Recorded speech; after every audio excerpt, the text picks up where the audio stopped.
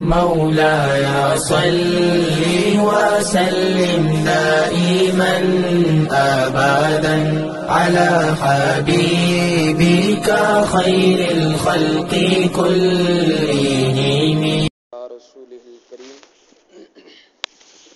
أما بعد، أعوذ بالله من الشيطان الرجيم. بسم الله الرحمن الرحيم. هن لباس لكم وأنتم لباس لهن. صدق الله العلي العظيم وصدق رسوله النبي الكريم.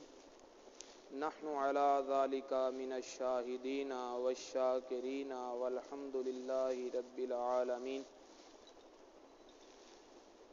إن الله وملائكته يصلون على النبي يا أيها الذين آمنوا صلوا عليه وسلموا تسليما. الصلاة والسلام عليك يا سيدي يا رسول الله وعلى آلك وأصحابك يا حبيب الله. الصلاة والسلام عليك يا سيدي يا رسول الله وعلى آلك وأصحابك يا شفيع المذنبين. اللهم صل وسلم وبارك على سيدنا ومولانا محمد کریم الآباء والأمہات وعلى آلہ وأصحابہ وأولیاء امتہ وعلماء ملتہ وامتہ اجمعین عدد کرمک یا کریم یا کریم یا کریم یا کریم. الف اللہ تو جان قربان میری جن دے نور تھیں کل ظہور ہویا. الف اللہ تو جان قربان میری جن دے نور تھیں کل ظہور ہویا. اول آخر ظاہر باطن ہر جا جندہ اسم اکبر مشہور ہویا. کھولے عشق محبوب دے راز مخفی سارے جگ اندر نور و نور ہویا. او دے جیا حنیف نہ ہور کوئی جیڑا یار دی نظر منظور ہویا. حمد و ثنا کے بعد اللہ تعالیٰ کے پیارے حبیب کبریا محمد مصطفیٰ صلی اللہ تعالیٰ علیہ وآلہ وسلم کی پاک بارگاہ بے کس پناہ کے بعد بارگاہ میں ہدیہ درود و سلام پیش کرنے کے بعد حاضرین محترم، آج کا یہ پروقار نوبہار پروگرام حافظ محمد ذیشان حافظ محمد عبد الرحمن شادی خانہ آبادی کے سلسلہ میں رسم حنا کی جگہ محفل میلاد مصطفیٰ منعقد ہے. یہ ان دونوں نوجوانوں کے جذبہ عشق مصطفیٰ صلی اللہ تعالی علیہ وآلہ وسلم کا منہ بولتا ثبوت ہے، کیونکہ کسی مفکر سے پوچھا گیا تھا کہ محبوب کی تعریف کیا ہے، محبوب کسے کہتے ہیں؟ تو اس نے جواب یہ دیا تھا کہ ہر خوشی میں جو سب سے پہلے یاد آئے، ہر دکھ میں جو سب سے پہلے یاد آئے وہ محبوب ہوتا ہے. اگر دکھ پہنچے تو بھی سب سے پہلے یاد اسی کی آئے، اگر خوشی ملے تو بھی سب سے پہلے یاد اسی کی آئے، اسی کو محبوب کہتے ہیں. کملی والے محبوب صلی اللہ تعالی علیہ وآلہ وسلم طائف سے بڑھ کر، توجہ ہے، کوئی سخت دن حیات مصطفی صلی اللہ تعالی وسلم میں نہ آیا. بڑا سخت دن تھا طائف کا. تو اس دن جب طائف کے اوباش نوجوانوں نے رسول اللہ صلی اللہ تعالی علیہ وسلم کی ذات بابرکات کو تماشا بنایا، پتھر پھینکے۔ اب دیگر انبیاء کرام اور ذات مصطفیٰ صلی اللہ تعالی وسلم میں فرق یہ ہے کہ کسی نے 950 سال بھی تبلیغ کی تو قوم کی جفا سے تنگ آ کر آخر ایک وقت وہ آیا کہ اپنے ہاتھوں کو اٹھا کر عرض کی مولا اب عذاب بھیج دے۔ قرآن کہتا ہے نبیوں نے لمبی لمبی تبلیغ کی، سجدہ رے میں پڑھ کر ساری ساری رات اپنی امت کے لیے دعائیں بھی کی، لیکن بالآخر انہی نبیوں نے اپنی قوموں کے لیے جن کی طرف وہ بھیجے گئے تھے عذاب مانگا اللہ سے کہ یا اللہ تو عذاب بھیج دے ان پر، یہ نہیں راستے پر آنے والے نہیں ہیں۔ اور ان کا نور نبوت دیکھ رہا تھا کہ مولا یہ جس کو بھی پیدا کریں گے ان کی نسل سے پیدا ہونے والا کوئی بھی صاحب ایمان نہیں ہے، ان کی نسل سے پیدا ہونے والا ولا یلد الا فاجرا کفارا ہے نا قرآن میں حافظ محترم، ولا یلد الا فاجرا کفارا، یا اللہ جو بھی یہ پیدا کرے، یلد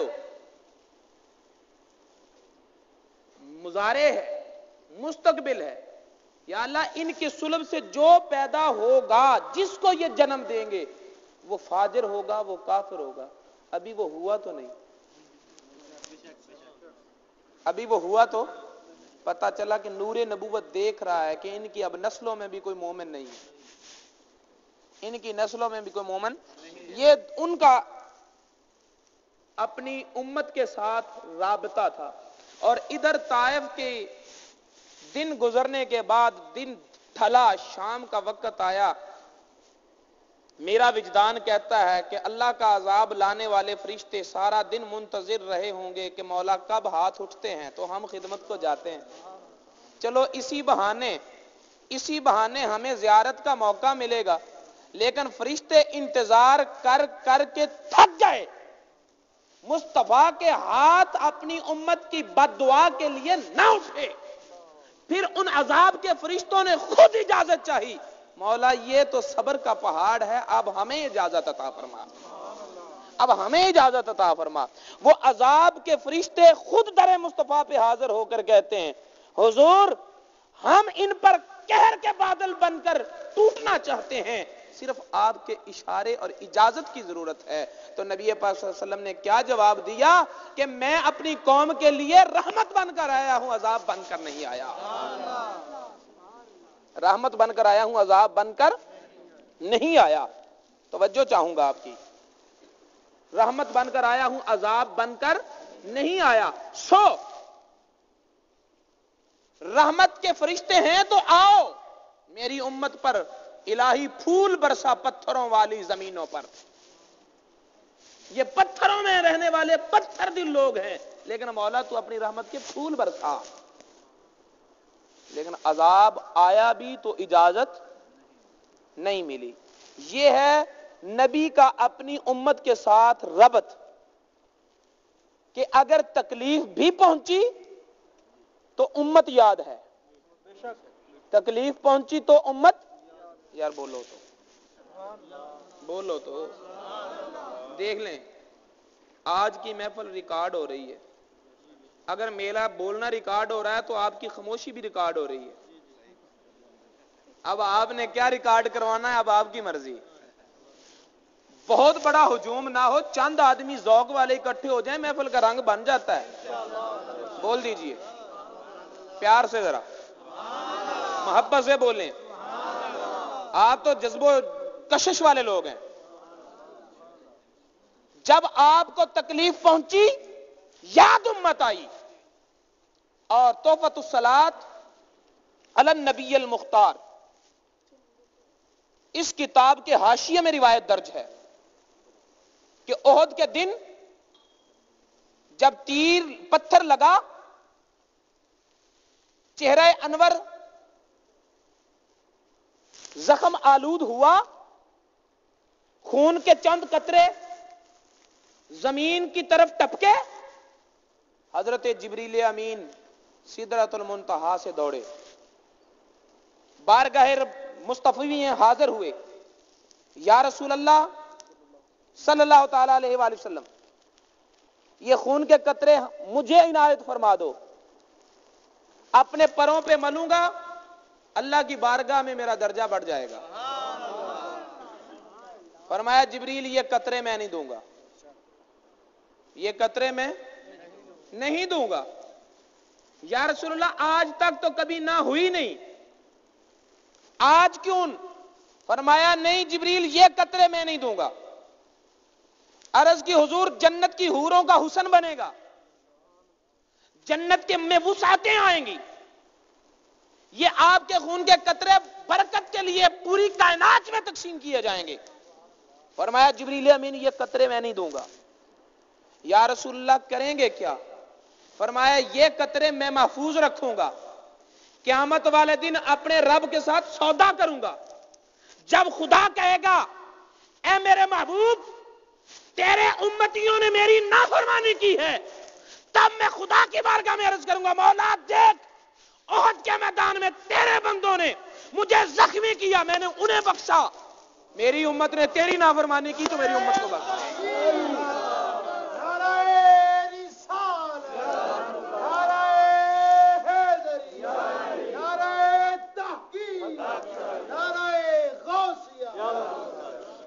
چوٹ آئی، اگر طائف کا دن ہے تو امت یاد ہے، اگر احد کا دن ہے تو امت یاد ہے، اگر احد کا دن ہے تو امت یاد ہے، اور اگر معراج کی رات ہے تو بھی امت یاد ہے۔ پتا چلا کہ زندگی حیات مصطفیٰ میں، اب راوی کہتا ہے یہ صحیح سیاہ ستہ میں حدیثیں موجود ہیں کہ جب نبی پاک صلی اللہ علیہ وسلم عید الاضحیٰ کے دن قربانی فرماتے تو دو بکروں کی قربانی فرماتے۔ کتنے؟ 2 بکرے، ایک اپنی طرف سے اور ایک اپنی امت کی طرف سے، ایک اپنی طرف سے اور ایک اپنی امت کی طرف سے۔ عید کا دن ہے، نبی نے امت کو یاد رکھا، معراج کی رات ہے، نبی نے امت کو یاد رکھا، طائف کا دن ہے، نبی نے امت کو یاد رکھا، احد کا روز ہے، نبی نے امت کو یاد رکھا۔ اگر نبی امت کو اتنا یاد رکھتا ہے تو پھر امتی کا حق بنتا ہے شادی ہو، غم ہو، خوشی ہو، جو بھی زندگی کا موقع ہو اپنے نبی کو نہ بھولے۔ پھر امتی کا حق ہے کہ وہ اپنے نبی کو نہ بھولے۔ یہ امتیوں نے اب امتی ہونے کا حق ادا کیا کہ میری شادی ہے، چچے آئیں، تائے آئیں، ماموں آئیں، مسیر آئیں، کزن جائیں، دوست آئیں، یار آئیں، سب آئیں، مصطفیٰ کیوں نہ آئیں؟ سبحان اللہ، مصطفیٰ کریم صلی اللہ علیہ وسلم میرے آقا کیوں نہ آئیں؟ اور ظاہر بات ہے کہ جب اگر ہم دعوت دیں گے کسی چودھری کو تو پھر اس کے لیے ٹاٹ تو نہیں بچھائیں گے،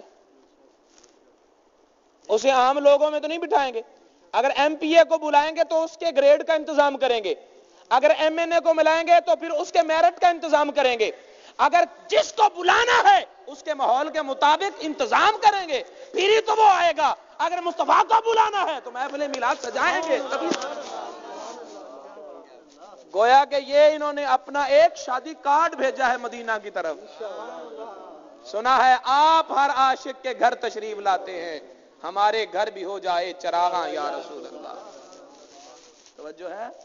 تو میرے دوستو یہ بہت اچھا اقدام ہے، میں اس کو خراج تحسین پیش کرتا ہوں اور پیغام دیتا ہوں کہ یہ کام ہے کرنے والا، یہ کام ہے کرنے والا۔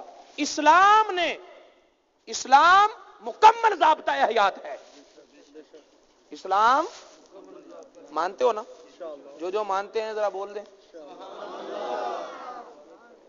یہ مووی جب دیکھیں نا تو دیکھنے والا حیران ہو کہ لوگ تو تھوڑے سے نظر آ رہے ہیں، آواز اتنی کہاں سے آ رہی ہے؟ وہ دیکھ کر یہ نہ حیران ہو یار اتنے سارے بیٹھے ہیں آواز کیوں نہیں آ رہی؟ اسلام مکمل ضابطہ حیات ہے، قرآن مکمل دستور حیات انسانی ہے، ایک لمحے ایک ذرہ برابر بھی کمی نہیں ہے۔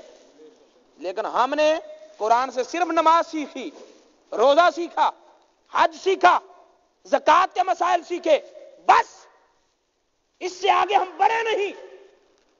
اسلام کے 5 ارکان ہیں، 5 رکنوں تک رہے، اور پھر دعویٰ کیا ہے کہ اسلام مکمل ضابطہ حیات ہے۔ جب ہم کہتے ہیں اسلام مکمل ضابطہ حیات ہے تو پھر اغیار ہماری حیات کو دیکھتے ہیں، ہماری زندگی کو دیکھتے ہیں، یہ مسلمان ہیں، ان کے کہاں کہاں اسلام نظر آتا ہے۔ جب انہیں اسلام نظر نہیں آتا تو وہ کہتے ہیں کہ دیکھو یہ دعویٰ کیا کرتے ہیں، لیکن ان کے دعوے کی دلیل ان کے کردار سے نہیں ملتی، کردار سے وہ دلیل نظر نہیں آتی۔ میرے امام حسین نے یہی تو بتایا تھا کہ مسلمان فقط مسجد میں مسلمان نہیں، وہ بازار میں جائے گا تب بھی مسلمان ہوگا، وہ گھر میں جائے گا تب بھی مسلمان ہوگا، وہ ہمسائے کے ساتھ ہے تب بھی مسلمان ہوگا، وہ رشتہ داروں میں ہے تب بھی مسلمان ہوگا، وہ دعوت میں ہے تب بھی مسلمان ہوگا، اور مسلمان اپنی زندگی کے ہر نشیب میں، ہر فراز میں مسلمان نظر آئے گا۔ تو ضرورت ہے اگر محفل میلاد سجائیں تو ہمیں قرآن سے روشنی ملے کہ میلاد کیسے کرنا ہے، جائز ہے نہیں جائز، کیا حدود ہیں، ضرورت ہے نا۔ نماز فرض، نماز کے مسائل سیکھنا بھی فرض، زکوٰۃ فرض، زکوٰۃ کے مسائل سیکھنا بھی فرض، حج فرض تو حج کے طریقہ کار مناسک حج کو سیکھنا بھی فرض۔ اور جب ہم شادی کریں گے تو کیا یہاں اسلام مکمل ضابطہ حیات نہیں ہے؟ اس کے اصول اور ضابطے نہیں ہیں؟ زندگی کی ازدواجی حیثیت پر اسلام کی روشنیاں موجود نہیں ہیں؟ اگر ہیں تو پھر ان عناوین اور ان مضامین کو لے کر کیوں محافل نہیں ہوتی؟ کبھی موضوع نکاح پر گفتگو کیوں نہیں ہوئی؟ کبھی موضوع طلاق پر بحث کیوں نہیں ہوئی؟ کبھی اس عنوان کے پروگرام منعقد کیوں نہیں ہوئے؟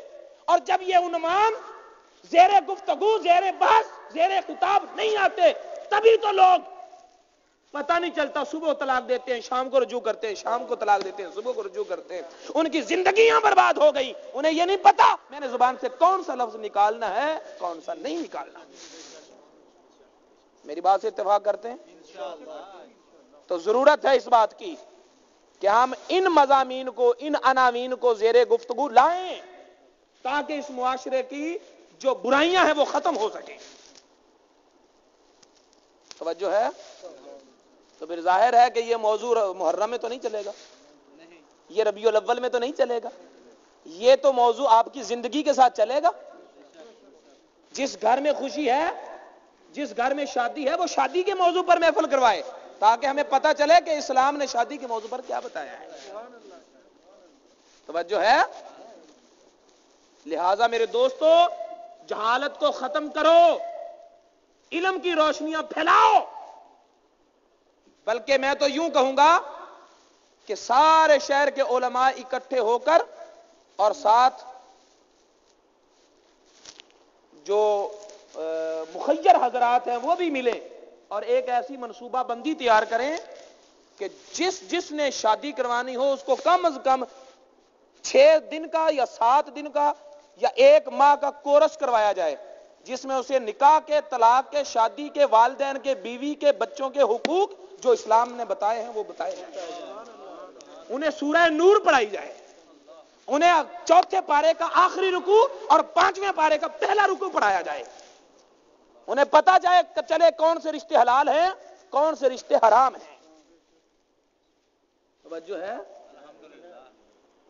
قرآن بتاتا ہے، ہم کیوں نہیں بتاتے؟ ایسا انتظام ہونا چاہیے، اور میں توقع کروں گا کہ ایسے لوگ اللہ تعالیٰ ان کو آگے لائے گا جو اسلام اور احادیث کی نور اور روشنیوں کو پھیلانے کے لیے اپنا کردار ادا کریں گے۔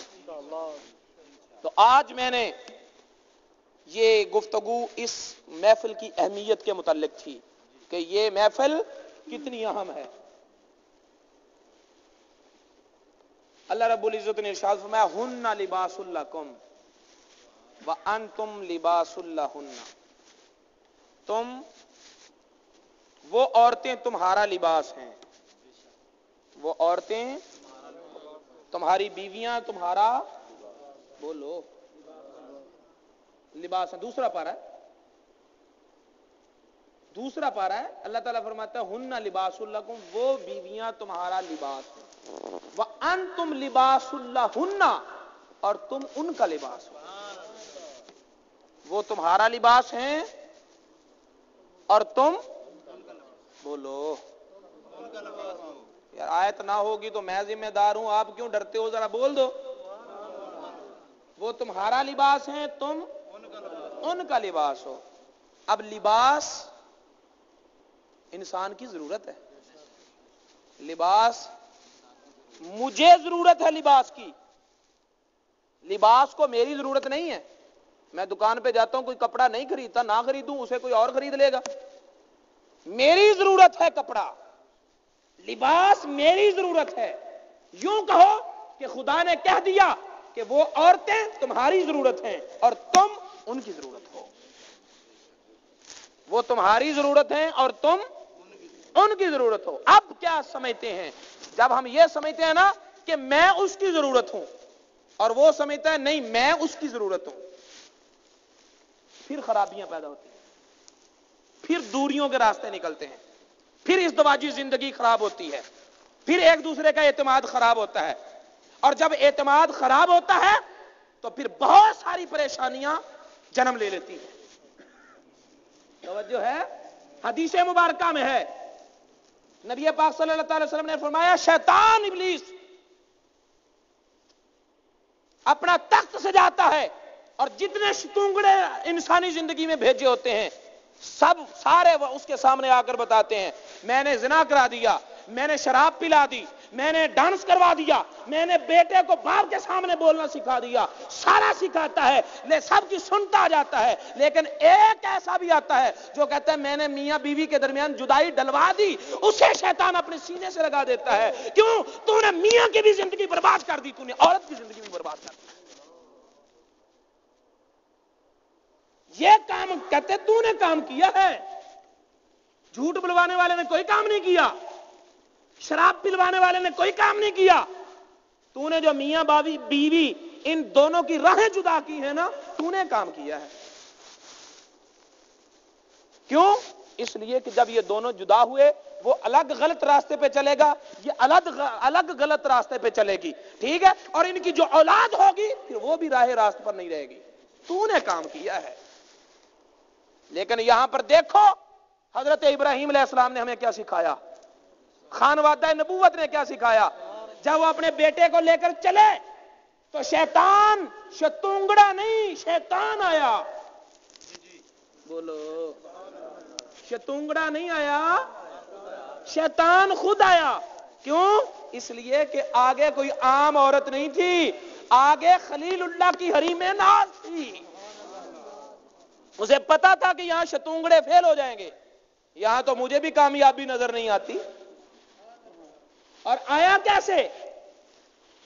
سفید داڑھی، ہاتھ میں تسبیح، چولا پہنا ہوا، سمجھ ہے؟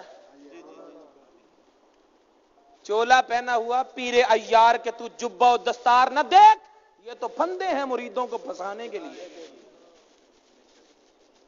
چولا و دستار نہیں دیکھتے بلکہ اس کا کردار اور گفتار دیکھتے ہیں۔ اب آ گیا او بیٹا کہاں ہے؟ اب حضرت سیدہ ہاجرہ فرماتی ہیں اپنے باپ کے ساتھ گیا ہے دوست کی دعوت کھانے کے لیے۔ کون سا دوست؟ آج کے بعد تو اپنے بیٹے کو کی صورت پیاری پیاری دیکھ نہیں سکے گی، وہ اسے مار دے گا۔ ارے دعوت پر جاتے ہیں تو ساتھ رسی اور چھری بھی لے کے جاتے ہیں۔ توجہ ہے؟ کیا کر رہا تھا؟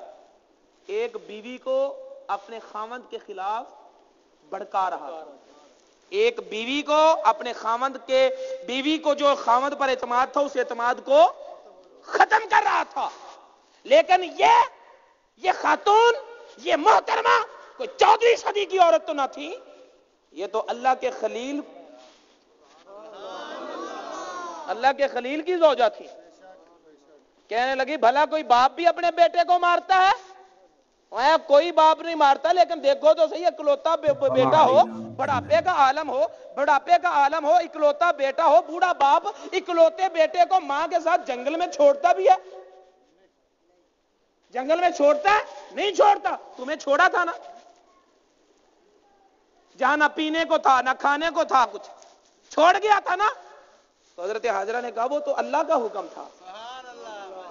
یارو، جو میں آپ کو سمجھانا چاہتا ہوں اس بات کو سمجھو، میری بات کی طرف توجہ دو۔ یہ چھوڑ گیا تھا نا، فرمایا وہ تو اللہ کا حکم تھا، مجبوراً ابلیس کو کہنا پڑا۔ آج بھی اللہ کا حکم ہے، اس نے ٹلنا کوئی نہیں، بیٹے کو ذبح کر دینا ہے۔ تو حضرت حاجرہ نے کنکر اٹھائے اور دے مارا، لاہور پڑا اور کہا اگر اللہ کا حکم ہے ایک اسماعیل نہیں 1000 بھی اسماعیل ہو تو قربان کرنے کو تیار ہے۔ پھر خلیل نے کیا قربانی دینی ہے، پھر میں خود حاجرہ تیار ہوں۔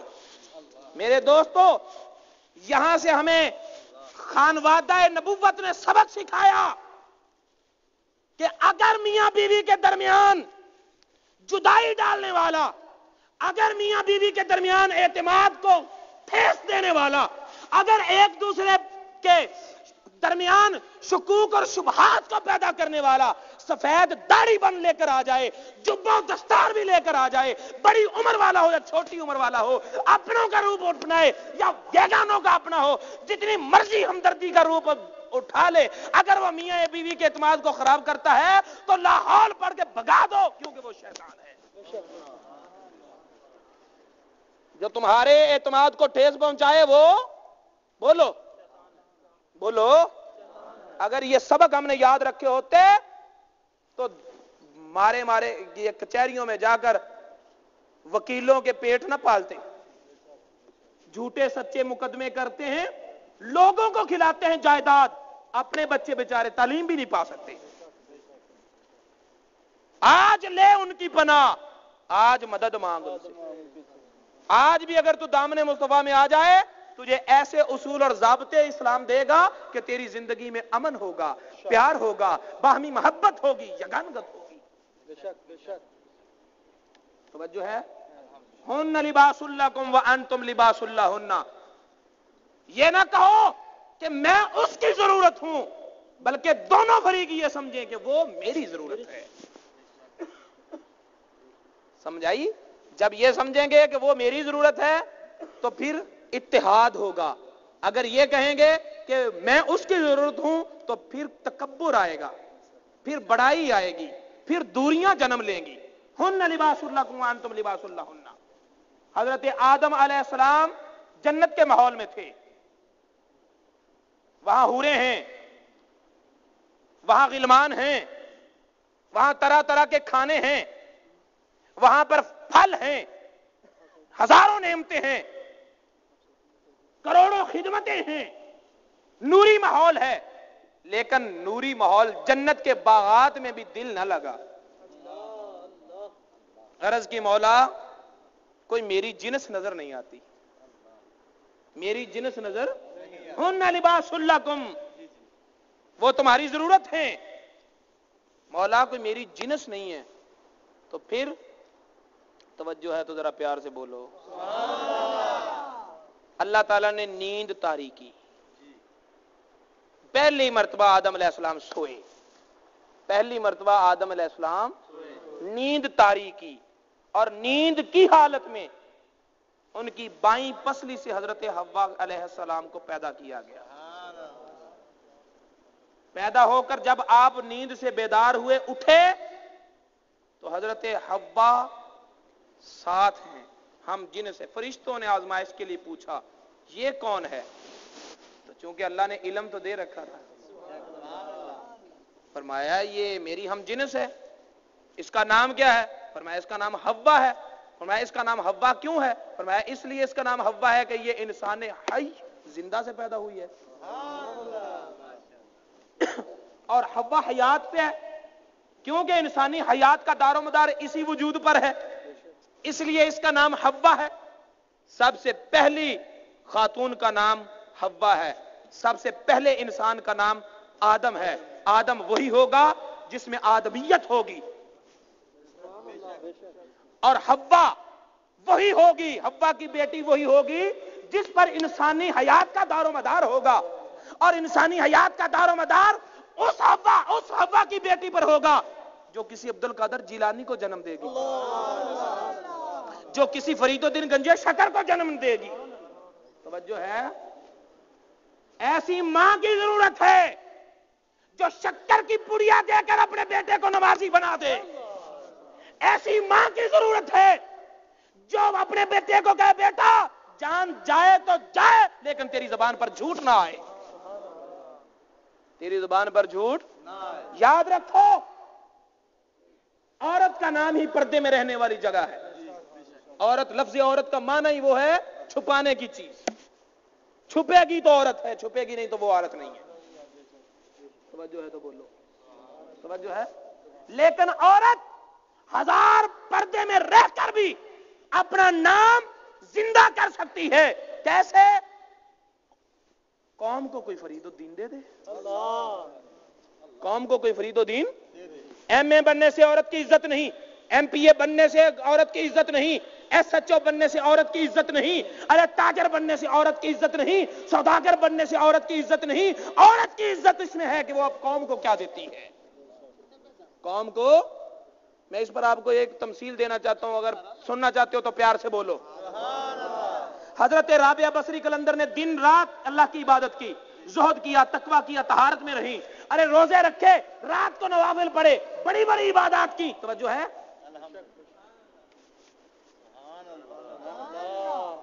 یار میں اتنا زور لگا رہا ہوں, آپ بھی تو کچھ کریں نا, ماحول بن جائے گا. اشاروں میں ویسے گفتگو تو ہو سکتی ہے, اگر آپ اشارے میں سبحان اللہ کہتے ہیں میں اشاروں میں تقریر شروع کر دوں, بات تو بن گئی. حضرت رابعہ بصری قلندر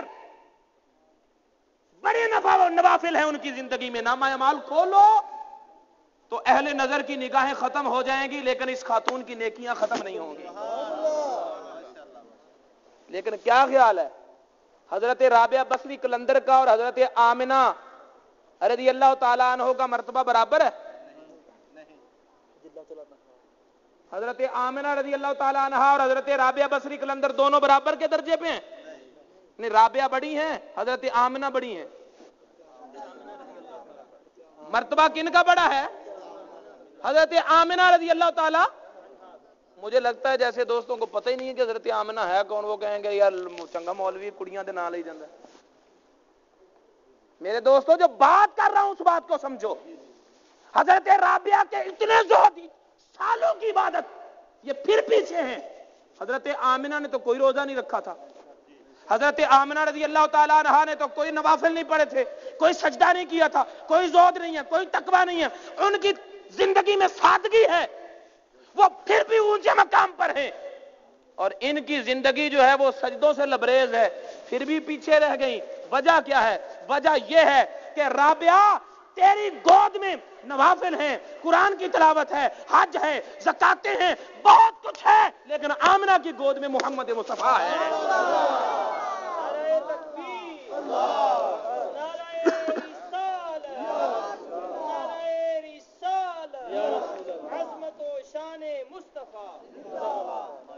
پتا چلا کہ عورت کا مقام اس کے بیٹے سے ہے.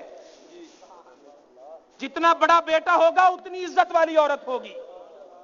ایم اے بننے سے نہیں, ایم پی اے بننے سے نہیں, عورت کی عزت اس میں ہے کہ قوم کو بیٹا کیسا دیتی ہے. کوئی محمد بن قاسم, کوئی صلاح الدین ایوبی, کوئی خالد بن ولید, قوم کو دے کے کیا جا رہی ہے. ماں کے قدموں تلے جنت ہے. سن سن کر کان تھک گئے, لیکن کبھی لوگوں نے ادھر توجہ نہ دی کہ ماں کے قدموں تلے جنت ہے. جب بیٹا جنتی ہوگا, اگر بیٹا دوزخی ہے تو ماں کے قدموں تلے جنت کیا ہے.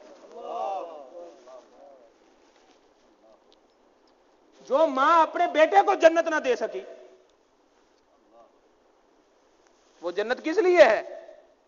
ماں کے قدموں تلے جنت ہے. کہنے کا مطلب یہ ہے کہ ماں اپنے بیٹے کو جنتی بنا دے تو اس کے قدموں تلے جنت ہے.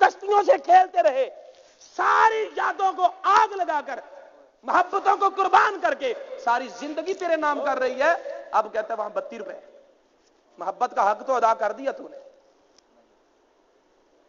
بولو، اب بات اپنے پہ آ گئی۔ شریعت نے، شرعی حق مہر بھی سن لو، شرعی حق مہر، شریعت نے حق مہر کی 2 جہتیں ہیں، ایک ہے زیادہ سے زیادہ، ایک ہے کم سے کم، ایک ہے زیادہ سے زیادہ، ایک ہے، بولو، زیادہ سے زیادہ کتنا ہو، شریعت نے کوئی حد نہیں لگائی۔ زیادہ سے زیادہ حق مہر کتنا ہو، شریعت نے کوئی حد نہیں لگائی۔ کم سے کم کتنا ہو، شریعت نے کہا 10 درہم۔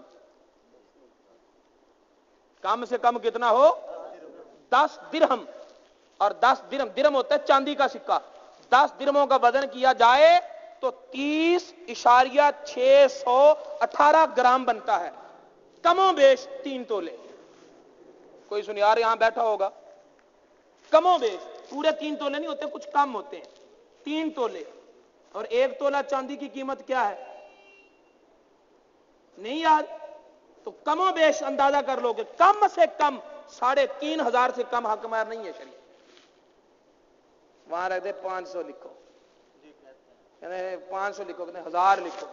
مولانا صاحب جو نکاح پڑھانے آئے ہیں شرعی طور پر انہیں دینا کوئی ضروری نہیں ہے، یہ تو اخلاقی طور پر دیتے نا، خوشی کا موقع ہے، جو بھی آئے تو خالی نہ جائے، ٹھیک ہے، اس لیے یہ اخلاقیات کے دائرے میں ہے۔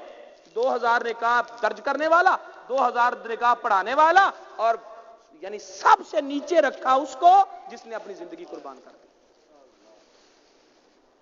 سب سے نیچے رکھا اس کو جس نے اپنی زندگی۔ اب شریعت والوں کو دیکھو، حضرت عمر فاروق رضی اللہ تعالیٰ عنہ نے دیکھا کہ لوگ حق مہر بہت زیادہ دے رہے ہیں، انہوں نے کہا کہ میں حد مقرر کرتا ہوں، انہوں نے کہا کہ حد مقرر کرتا ہوں، بولو نا سبحان اللہ دی آواز نہیں آتی، کیونکہ یہ مسئلہ ہی ہو رہے ہیں نا، یہ طبیعت دے مطابق نہیں۔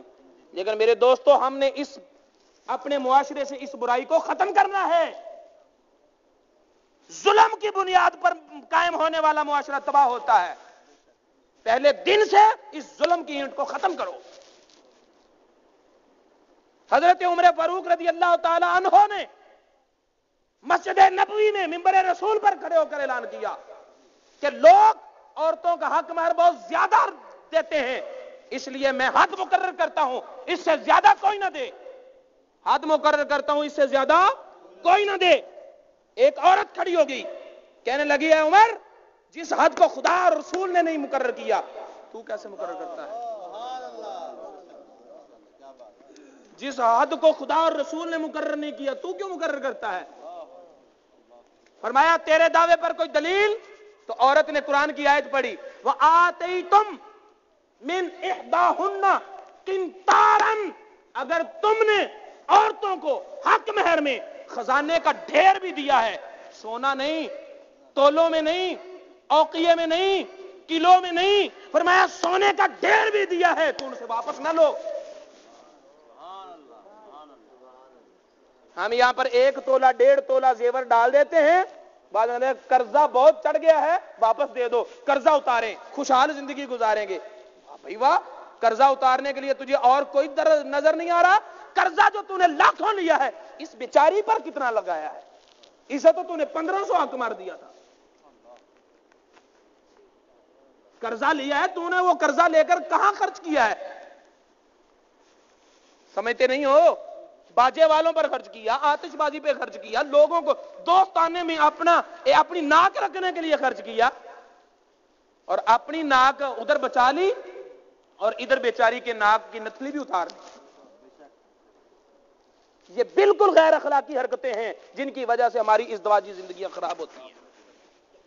یہ پہلے دن ایک دوسرے کے دل میں نفرت پیدا ہو جاتی ہے۔ وہ پھر کیا کہتی؟ دیکھو حضرت سلیمان علیہ السلام جب آپ نے ہدہد کو بھیجا بلقیس کی طرف، یاد ہے؟ تو بلقیس نے آزمانے کے لیے کیا بھیجا؟ سونے کی اینٹیں، سونے کی اینٹیں اور کچھ عورتیں کئی کہتے ہیں کہ وہ خناسہ تھے یعنی خسرے تھے اور ان کو عورتوں کے زیب و زینت بنا کر جو بھیجا تھا. کئی کہتے ہیں کہ عورتوں کو مرد بنا دیا تھا, مردوں کو عورت کا روپ بنا کر بھیج دیا تھا. ٹھیک ہے, برل آزمائش کی, کچھ عورتیں بھیجی, کچھ سونے کی اینٹیں بھیجی. کیا آزمانا چاہتی تھی وہ؟ بولو, کیا آزمانا چاہتی تھی وہ؟ انہوں نے تو کہا تھا یا تو تم میرے ساتھ جنگ لڑو یا پھر دین اسلام میں داخل ہو جاؤ, اور ساتھ یہ بھی کہہ دیا تھا کہ یاد رکھو اگر تم میرے ساتھ میرے دین اسلام میں میرے رب کی ربوبیت کو نہیں نہ مانو گی تو میں ایسا لشکر لاؤں گا جس لشکر کے ساتھ تمہارے لڑنے کی طاقت نہیں ہے, تمہارے لڑنے کی طاقت. اور اس خاتون نے آج تک کسی مرد کو مرد نہیں جانا تھا. ملک سبا میں اصول تھا کہ کوئی عورت بادشاہ نہیں بن سکتی تھی, کوئی عورت بادشاہ نہیں بن سکتی تھی, لیکن اس عورت نے جرأت ایسی دکھائی تھی کہ ان مردوں نے اسے بادشاہ تسلیم کر لیا تھا. عورت نے جرأت ایسی دکھائی تھی, ایک ظالم زانی بادشاہ کو قتل کر دیا تھا. جرأت ایسی دکھائی کہ لوگوں نے اسے بادشاہ بنا لیا.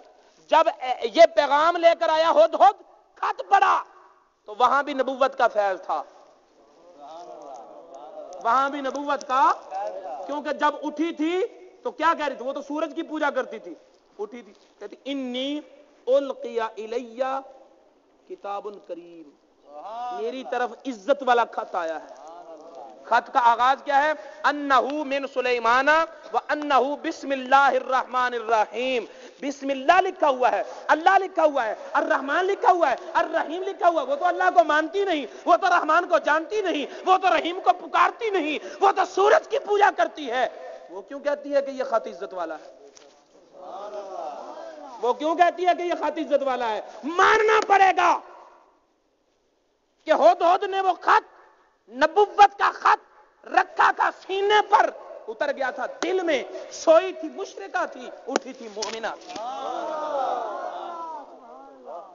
وہ نگاہ نبوت اپنا کام کر چکی تھی, بسم اللہ کا فیض دل میں اتر چکا تھا. تو فرمایا میری طرف عزت والا خط آیا ہے. اب لشکر لیا, لشکر ارکان سلطنت سے مشورہ کیا کیا کرنا چاہیے. انہوں نے کہا فیصلہ تم نے کرنا ہے, لیکن اگر ہمیں لڑنے کا کہو تو ہم نے آج تک کسی سے شکست نہیں کھائی. تو حضرت بلقیس کہنے لگیں کہ بات یہ ہے کہ جب بادشاہ شہروں میں آتے ہیں نا تو پھر وہ بڑا خون خرابہ کرتے ہیں, تو ضرور ہمیں مرنا ہے, بچوں کو یتیم کرنا ہے, عورتوں کو بیوہ کرنا ہے. چلو آزما لیتے ہیں. آزمانے کے لیے سونے کی اینٹیں بھیجی, کچھ خواتین بھیجی. توجہ ہے, دیکھنا کیا چاہتی تھی, ادھر سیاست بھی برقرار رکھی, ادھر اپنی ازدواجی زندگی کا فیصلہ کرنا تھا. دیکھو تو صحیح, سونے چاندی کی طرف جاتا ہے, عورتوں کی طرف جاتا ہے, یہ ہوس کا شکاری پجاری ہے یا یہ سونے چاندی کا پجاری ہے. لیکن جب وہاں پر گئے خدام تو انہوں نے دیکھا کہ جہاں پر حضرت سلیمان علیہ السلام کے گھوڑے بندھے ہوئے تھے, وہ تو قلعے جو تھے وہ بھی سونے کے تھے. جہاں وہ اپنا پخانہ پیشاب کرتے تھے جانور, وہ بھی سونے چاندی کی اینٹوں سے بنے ہوئے تھے. اتنے سونے کے سامنے انہیں اپنی اینٹیں حقیر نظر آئیں, پھینک دی. اپنی اینٹیں حقیر نظر آئیں اور پھینک دی. اور پھر جب خواتین کو پیش کیا تو آپ نے ایک نظر اٹھا کر بھی نہیں دیکھا, کیونکہ نبوت کی نشانی یہ ہے, نبوت کا فیض ہی یہ ہے. اغیار کو دیکھا نہیں کرتے, نگاہوں میں شرم و حیا ہوتی ہے, نگاہوں میں شرم و حیا ہوتی ہے. تو جب انہوں نے بتایا کہ انہوں نے تو عورتوں کو داخل دربار بھی نہیں ہونے دیا, ہم سے تو ان کے دربار کی آب و تاب بھی نہ دیکھی گئی, تو بلقیس نے کہا کہ پھر اس کی بات مان لینی چاہیے. اب بلقیس چلی, پہلے حضرت بلقیس نے آزمایا حضرت سلیمان کو. جب دیکھا کہ یہ سونے چاندی کا بھی پجاری نہیں, یہ اپنی ہوس کا بھی پجاری نہیں, تو زندگی کا فیصلہ کر دیا کہ یہی مرد ہے, یہی. تم اپنے پہلے دن کیا انہیں تاثر دیتے ہو, یہ کان کی بالیاں اتار دو، یہ ناک کی نتلی اتار دو، زیور جو ہے چلو اسے بیچ کر قرضہ تو اتاریں، ہم اپنا مکان تو بنا لیں، زندگی بہتر ہو جائے گی، اس کے دل میں کیا آتا ہے کہ اس کی نظر سب سے پہلے میرے سونے پر گئی ہے، اس کی نظر میری بالیوں پر گئی ہے، میری پر نہیں گئی کہ میں بھائیوں کو چھوڑ آئی ہوں، میں بہن کو چھوڑ آئی ہوں، میں ماں کو چھوڑ آئی ہوں، میں باپ کو چھوڑ آئی ہوں، اور جہاں بچپن گزرا ہے اس میں چار دیواری کو چھوڑ آئی ہوں، میری قربانیوں کو نہیں دیکھا۔ اس کے پہلے دن ہی اس کے دل کے اندر ایک نفرت آ جاتی ہے، پھر آخر تک وہ برقرار رہتی ہے۔ پھر اس بات کا علم تمہاری زبان سے نہیں لیکن تمہارے بچوں کو ہوتا ہے۔ کیسے ہوتا ہے؟ وہ بیچاری اسی رونے کو روتی رہتی ہے، اسے وہ پہلی ضرب بھولتی نہیں ہے کہ اتنا بے وفا، لیکن زندگی تو گزارنی ہے۔ بہنوں کی عزت، بھائی کی عزت، ماں باپ کی عزت کے لیے صدمے تو سہنے وہ دل میں رکھتی ہے، تمہیں کچھ نہیں کہتی، لیکن اس کے دل کے اندر تم نے اپنا کون سا کنسپٹ ڈالا ہے؟ پہلا توجہ ہے۔ اب حضرت سلیمان علیہ السلام نے دربار بلا لیا، ہدہد نے کہا آ رہی ہے، وہ اپنے لشکر ارکان سلطنت کو لے کر آ رہی ہے خاتون۔ اب حضرت سلیمان علیہ السلام نے بلایا، لشکر کو بلایا، کہنے لگے جن بھی حاضر ہیں، توجہ ہے، فرمایا کہ تخت بلقیس کے تخت کو لانا ہے، بلقیس کے تخت کو لانا ہے۔ کون لائے گا؟ جن کہنے لگا میں لاؤں گا، بڑا طاقتور ہوں، انداز میں تکبر تھا، نبوت نے اجازت نہ دی، انداز میں تکبر تھا، نبوت نے اجازت۔ پھر ہانپتا کانپتا ہوا ایک دبلا پتلا سا مسکین سا ایک بوڑھا اٹھا، آصف برخیہ، کہنے لگا اگر آپ اجازت دیں تو میں لاؤں گا۔ فرق کیا ہے؟ اس نے اپنے قوت بازو پہ ناز کیا، اس نے نبوت کے اشارے پہ ناز کیا، اس نے نبوت کے اشارے پہ ناز کیا۔ تو آصف برخیہ جن کے اٹھنے سے پہلے کیوں نہیں اٹھے؟ کہ پہلے اٹھ جاتا تو پتہ کیسے چلتا کہ جنات پر مومن بھاری ہوتے ہیں؟ ڈرنے والوں، کالے پیلے لوگوں کے پاس جا کر اپنی عمر کی پونجی برباد کرنے والوں، 5 وقت مسجد میں نماز پڑھو، کوئی کالا نہیں ہے، کوئی نوری، کیوں اپنی زندگی اور پیسے کو برباد کرتے ہو؟ اللہ سپر پاور از اللہ، اللہ کے فیصلے کو کوئی چیلنج، تو پھر کیوں ڈرتے ہو ان کالوں سے پیلوں سے؟ کیوں جاتے ہو غلط راستوں پر؟ پھر کہتے ہو نہیں یہ مسلمان نہیں، کسی سائیکل چلیے وہ تکڑا ہوں تھا۔ لوگوں غلط راستے پر نہ چلو، صراط مستقیم تمہارے مصطفیٰ کا راستہ ہے۔ توجہ ہے۔ اٹھے آصف برخیہ، جو متکبر ہوتا ہے وہ قوت بازو پہ ناز کرتا ہے، جو مومن ہوتا ہے وہ نبوت کے اشارے پہ ناز کرتا ہے۔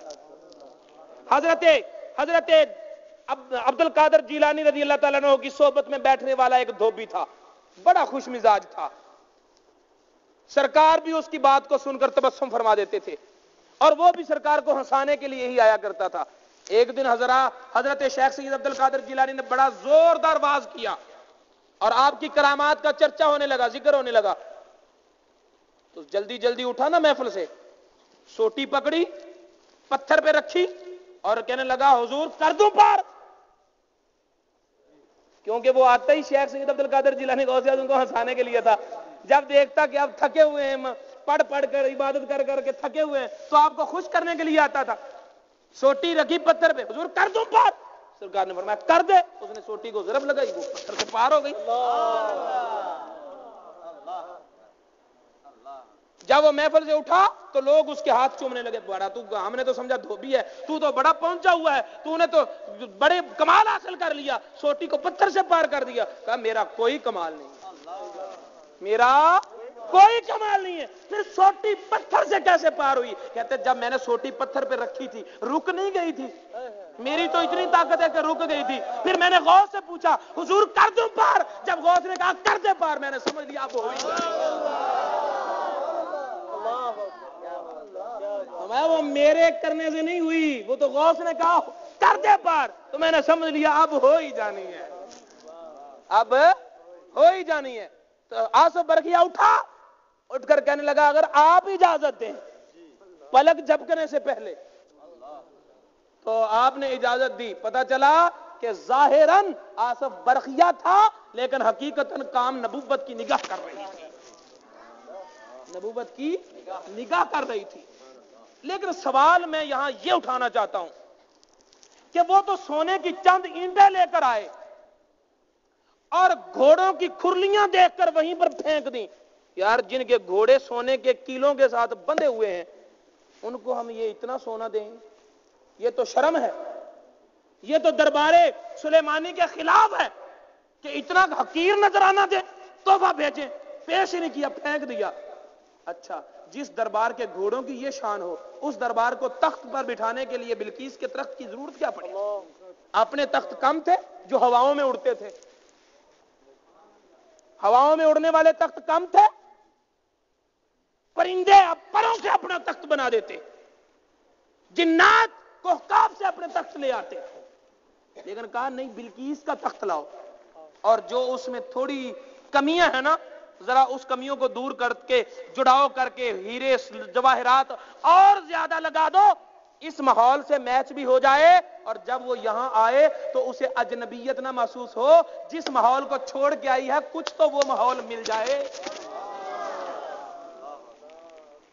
جس ماحول کو وہ چھوڑ کے آ رہی ہے کچھ تو وہ ماحول اسے دینا ہے.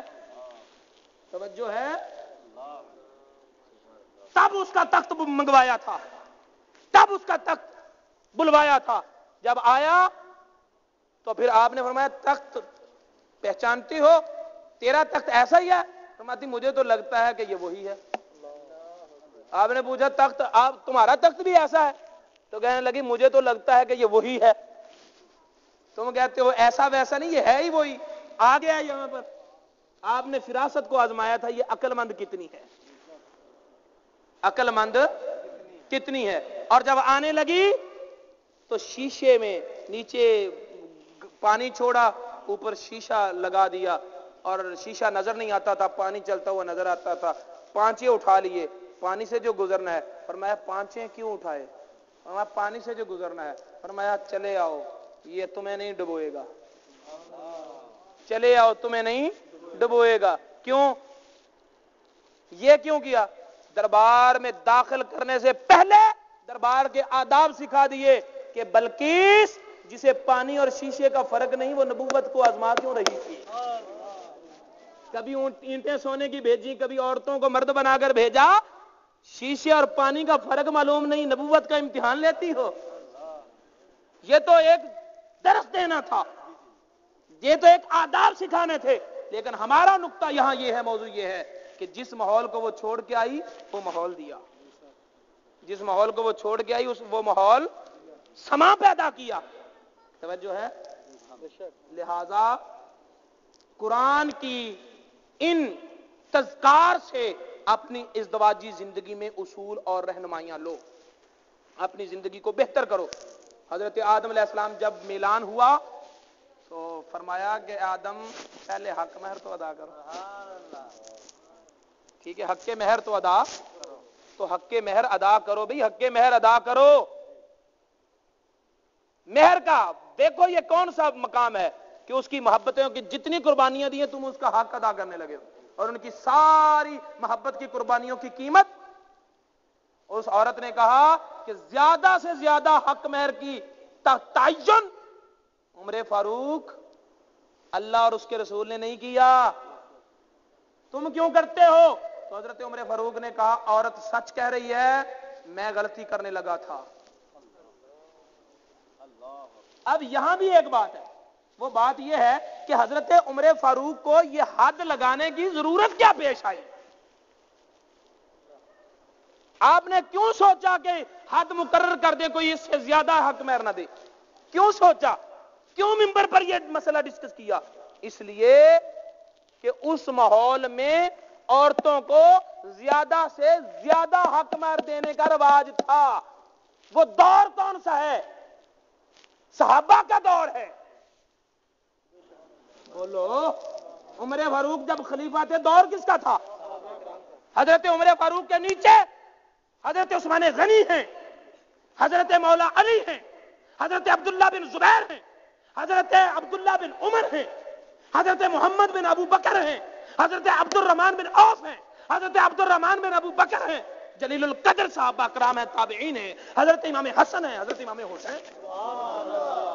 یہ ان کا دور ہے جب حق مہر زیادہ سے زیادہ دیا جاتا تھا.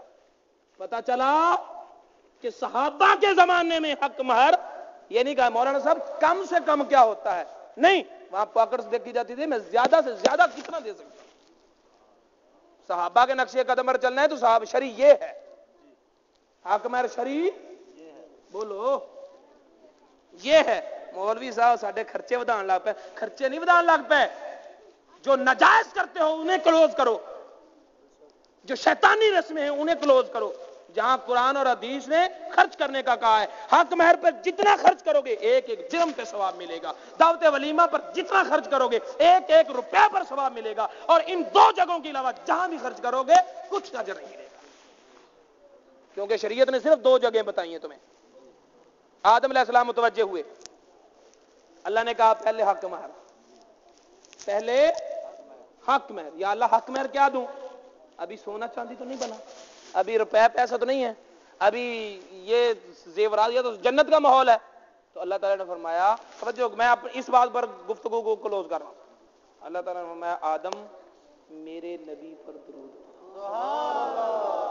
کسی روایت میں ہے 30 مرتبہ, کسی میں ہے 37 مرتبہ, کسی میں ہے 40 مرتبہ, کسی روایت میں ہے 10 مرتبہ. چلو کم سے کم 10 مرتبہ ہی لگا لو, درود پڑھو.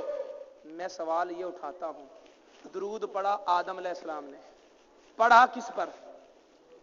کملی والے محبوب پر. کملی والے حوا کو کیا ملا؟ حق مہر تو ان کا ادا کرنا ہے, حق مہر تو حضرت حوا کا دینا ہے نا. تو حوا کو کیا ملا؟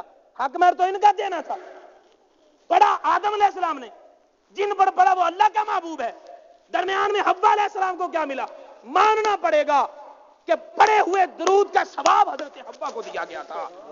اور آج مسئلہ ایصال ثواب پہ الجھنے والوں, آدم ابھی زمین پر آئے نہیں تھے, اللہ نے یہ مسئلہ پہلے حل کر دیا تھا. ایک کی نیکی کا اگر آدم علیہ السلام کے پڑھے ہوئے درود کا ثواب حوا کو نہیں ملا تو ان کا حق مہر کیسے ادا ہوا؟ یہ سوال لے کر آپ کسی مولوی کے پاس چلے جائیں. ماننا پڑے گا کہ مسئلہ ایصال ثواب آسمانوں پر حل کیا, پھر اللہ نے زمین پر آدم علیہ السلام کو بھیجا. اور اس بات پر میں اپنی گفتگو کو کلوز کر رہا ہوں. باپ گجر ہو تو بیٹا بھی گجر, باپ راجپوت ہو تو بیٹا بھی راجپوت. اور اگر بیٹا باپ کی طریقہ کار پر ہو تو اسے کہتے ہیں اے حلالی. اگر بیٹا باپ کا طریقہ کار چھوڑ جائے تو کیا کہتے ہیں؟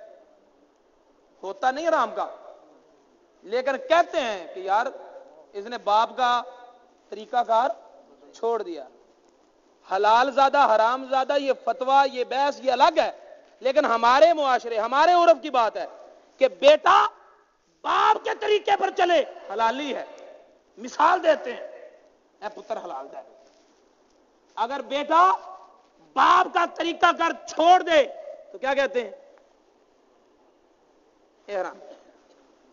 یہ باپ کے طریقے کار تے نہیں چلا تو آدم کو آدمی تو اسی لیے کہتے ہیں نا کہ وہ آدم کا بیٹا ہے. اگر آدم کا کردار نہیں نظر آئے گا تو آدمی کیسے بنے گا؟ اور آدم کا کردار تو یہ ہے کہ اس نے اپنی شادی کے موقع پر بھی درود پڑھا تھا. آدم کی آدمیت تو یہ ہے, آدم علیہ السلام کا کردار تو یہ ہے, جب آنکھ کھلی تو سب سے پہلے عرش پہ دیکھا لا الہ الا اللہ محمد الرسول اللہ. جب گناہوں کی بخشش نہ ہو رہی تھی تو مصطفیٰ کریم صلی اللہ علیہ وسلم کا وسیلہ پیش کیا. جب شادی کا موقع آیا تو پھر کملی والے محبوب پر درود پڑا. آدمیت تو یہی ہے کہ پھر قدم قدم پر مصطفیٰ کو یاد کیا جائے, قدم قدم پر مصطفیٰ کو. اللہ تعالیٰ نے فرمایا ہن لباس لکم وانتم لباس لہن, وہ تمہارا لباس ہیں تم ان کا لباس ہو. وہ تمہاری ضرورت ہیں تم ان کی ضرورت ہو. اللہ تعالیٰ ہمیں قرآن کے احکامات تعلیمات کو سمجھنے سیکھنے عملی زندگی میں اپنانے کی توفیق عطا فرمائے. وما علینا الا البلاغ. مولاي صل وسلم دائما أبدا على حبيبك خير الخلق كلهم